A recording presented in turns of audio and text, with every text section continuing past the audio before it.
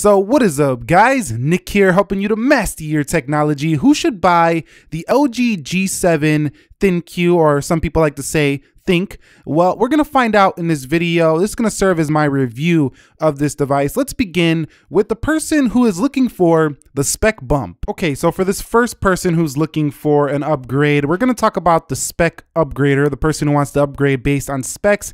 And if you have an LG G6 from last year, you're definitely upgrading a lot. And if you have something prior to the LG G6 and you're coming to the G7 ThinQ, it's even more of an update. You go from a 5.7-inch display here over to a 6.1-inch display, which does get brighter. We'll talk about that a little bit more later.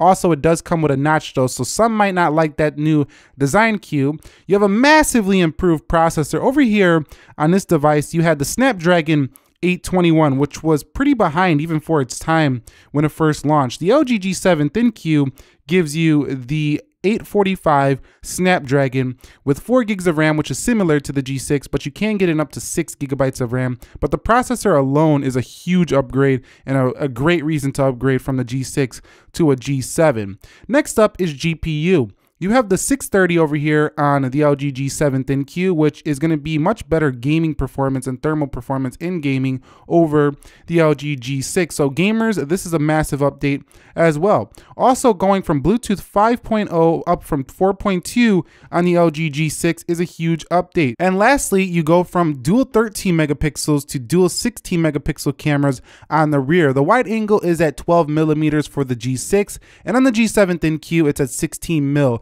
So it's definitely not as wide as the G6, but it's also sharper because there was a little bit of distortion on the wide angle for the G6. But for the widest angle, the G6 actually still has a better width in terms of that, because it's 12 millimeter versus 16 millimeter. But I'll take the G7 ThinQ because it has a sharper wide angle shot than the G6. So if you fall into this camp of just wanting to upgrade your specs to be more modern and up to date with the times, the LG G7 ThinQ is going to be for you. A couple of things I want to mention about the design of the LG G7 ThinQ is that it does have Gorilla Glass 5 on the back and on the front and metal along the sides, but it's very thin and narrow. So it's one of the most comfortable phones to use of this year of the Android flagships. The OnePlus 6 is not a big phone, but it's really quite wide in comparison to the LG G6. So if you can see right here, just a much fatter, wider phone here in the OnePlus 6. Also is the Pixel 2. So if you're looking at the Pixel 2 XL, it's in a similar price range.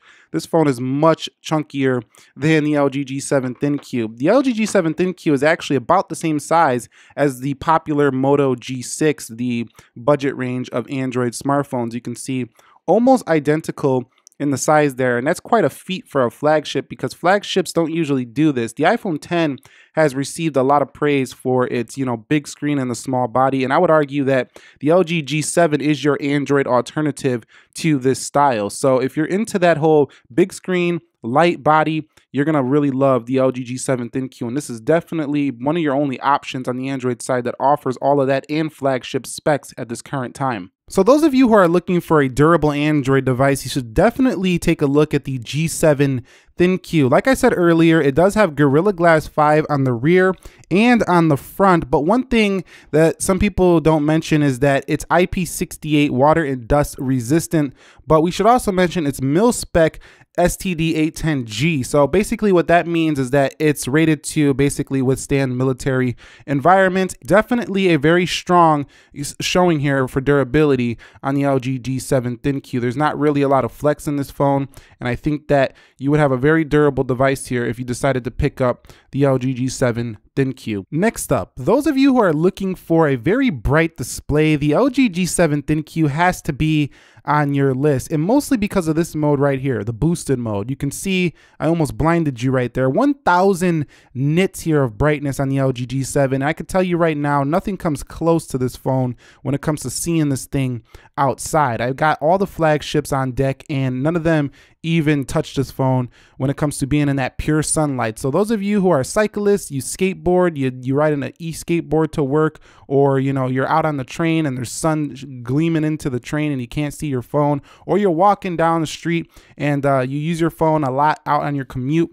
this is definitely a phone that's going to beat a lot of the others for seeing it. You don't have to shade your phone with this one. So consider that. Also, this display is not only very bright, but those of you who are looking for an improved color accuracy over prior LG LCD displays, this one is top notch. Also, you do have modes you haven't seen before on their LCD panels, and that is like to change the colors here. So you can change it just like you could do on a Samsung phone. You could do expert mode, games, sports, cinema, eco, auto. There's a lot going on here. In addition, that notch does get some, features as well. You can also change the resolution, but taking a look at the new second screen, you can change like the theming of the second screen up there. So you can see, check it out, you can see different colors, and you could hide the notch if you want as well. So this customizability is something Android definitely offers over the competition. But the LG G7's ThinQ display is very bright, but yes, it definitely does have those typical attributes that an LCD offers, like kind of washed out blacks, not super dark blacks, but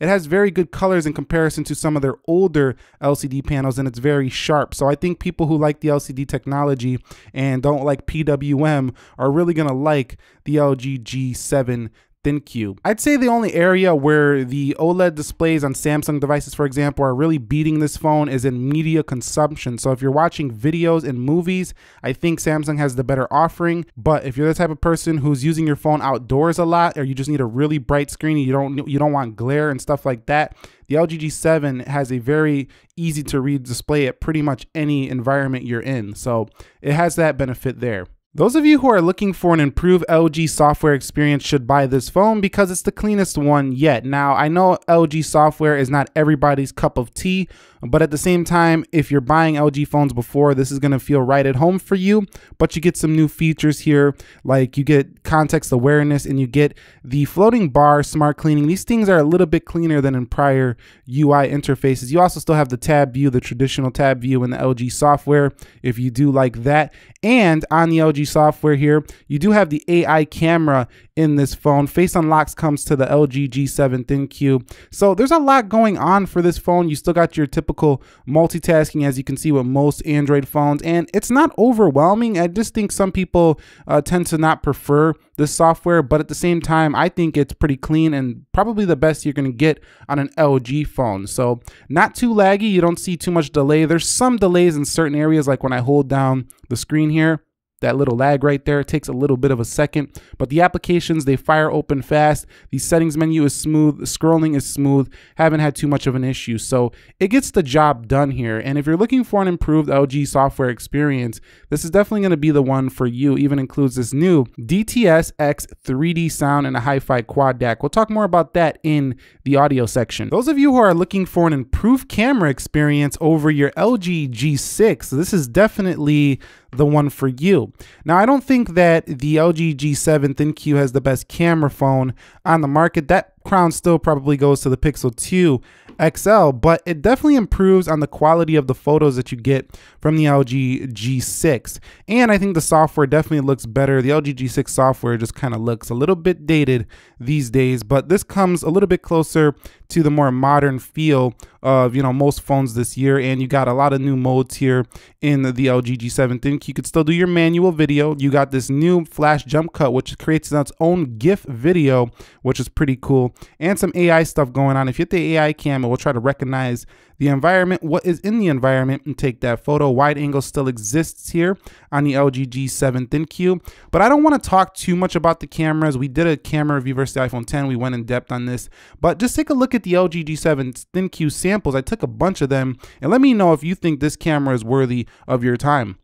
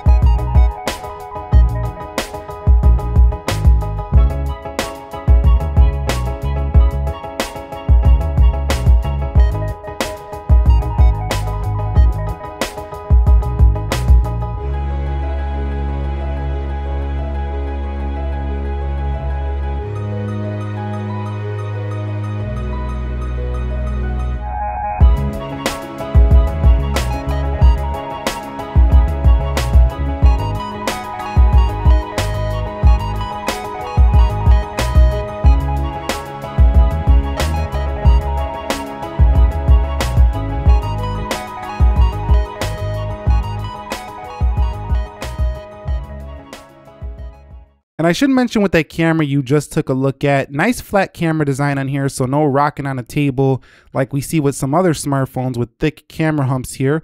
And one more thing, the LG G7 ThinQ has expandable storage up to 500 or so gigs, maybe more depending on the model you go with. But the LG G7 ThinQ has a feature that it basically owns this category in, and that is the headphone jack section. Because it has a hi-fi quad DAC, no other phone company is offering you this, so this is kind of a specialty with getting an LG phone. And when you turn on this hi-fi quad DAC, you get super crisp, clean audio you're not going to see on any other smartphone. They also threw in this DTS:X 3D sound, which makes it sound even better. Now the speaker on the bottom though of this phone is not so loud in comparison to, you know, dual speakers I feel like on the Samsung S9 Plus, but when you do put it on the table, it definitely does that effect where it gets really loud here for the G7. So the ThinQ is a great phone, I think, for people who like their headphone jack. I don't think external audio is the main reason to buy this device though, but if you're into headphone jack usage, you're gonna love the G7 ThinQ. So if you're that person, this is the phone for you. And if you're looking for a pretty good priced flagship, this phone when it first started $750, too high, but it came down to about $629. And yes, you could say the OnePlus 6 is cheaper, some older flagships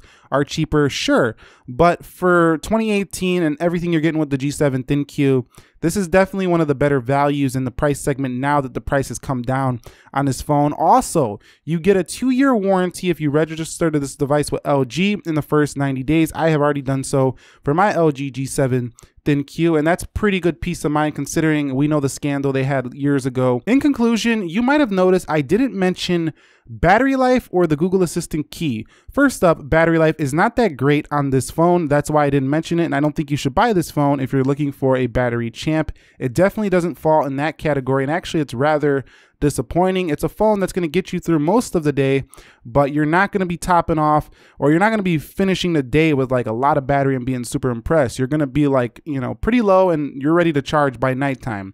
But some days, if you're really using this heavy, you're going to have an external battery pack. So this has been one of the worst flagships I've used this year in terms of battery. I just have to be honest with you there. Now the Google Assistant key here, not that useful to me just due to the fact that Google can be activated in multiple ways. You can just hit this home button, you could put a widget, you could just say, okay, Google. I think it would have been much more useful to be able to remap that button on the LG G7 ThinQ. And some can argue it has iPhone 10 style looks here on the LG G7 ThinQ. It offers a more comfortable design than most flagships, and it has an incredibly bright display for your day-to-day usage here, especially in sunlight. A pretty nice wide angle camera that doesn't have too bad of pictures. I think they're pretty good actually for this device. So if you like LG and you fall into any of those categories, this is going to be a fantastic option for you. There's not really much to complain about here with this phone. It's a pretty well-rounded package, and it definitely is a flagship quality smartphone at a pretty decent price. But does the LG G7 ThinQ do enough for you? Are you going to be picking one up? Let us know down below in the comment section of this video. If you have any other questions, comments, concerns, video suggestions, leave them down below. I will take your feedback in. Nick here helping you to master your technology. Thank you very much for watching. Subscribe if you haven't already. I will catch you all in the next episode, and peace.